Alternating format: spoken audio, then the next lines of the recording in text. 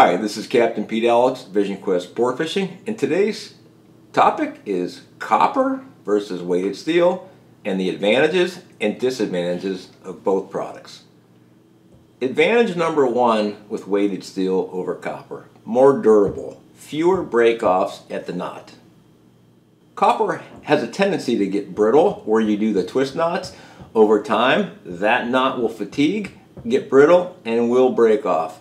Whereas the weighted steel knots will pretty much last all season long without any issues.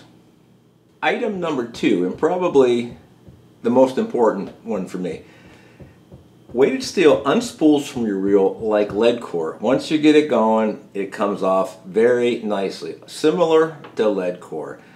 Fewer bird nests, fewer problems in the back of the boat, and guys like me who are highly impatient when setting lines will not blow up the reel. Third, weighted steel is much more forgiving when tangled. That means when you do get a tangle, and they will happen, you will be more successful in untangling weighted steel than copper. That means less downtime and less expense for retying and buying new copper. Item number four, Torpedo weighted steel already comes weathered. That means it's already brown, or camo as we like to call it, versus brand new copper. Brand new copper is new, it's shiny, and I think will impact your bite on those grind days or those days where it's bluebird, high sun, and you're trying to get a few more fish in the boat. I give the edge to the weighted steel in those conditions. Now copper, once it's weathered, it sees the sun, will turn that camo or that brown color. So when it reaches that point, I believe it's tit for tat at that point. But brand new copper versus brand new weighted steel, I will go with the weighted steel hands down anytime under a grind bite situation. One more item about weighted steel that I like. When you purchase a spool of weighted steel, it automatically comes with this little decal. It's a small depth chart, specifically for the amount of Torpedo weighted steel that you purchased. So we've talked about the features that I really like about Torpedo weighted steel. There's always two sides to the coin though. So let's talk about a few of the features that may be a disadvantage or may not be as friendly as trolling copper. So let's talk about the cost difference between weighted steel and copper, because after all, it's usually all about the money.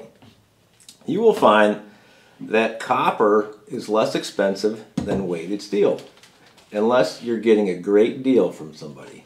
However, when you factor in less tangles, definitely less break-offs, less aggravation, and less redo of respooling your reels, you will find that the Torpedo weighted steel will far outvalue copper at the end of the season. The last disadvantage for weighted steel, at least for me, is the repairability. Weighted steel is not easily repaired, especially while you're out fishing and on the water. One of the features I did like about copper when I was using it is it's easy to repair when you're on the water. However, if you don't have tangles, you don't have any break-offs, there's really nothing to repair.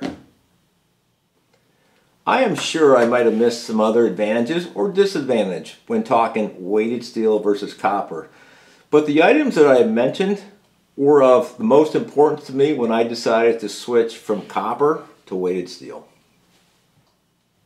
So to conclude, weighted steel versus copper. I've told you some advantages and disadvantages of both. This comes from years of experience using copper and now weighted steel. Fishermen are very good at busting stones, especially on the back of my boat. Some of my friends have been using the Torpedo weighted steel longer than I have. And after I blew up a couple reels, trying to deploy copper a little too fast, or had a couple bad tangles, the I told you so's would come out. So I got to give those guys credit. They were right. They're not right all the time, but they were definitely right this time. I will be using a weighted steel from here on out.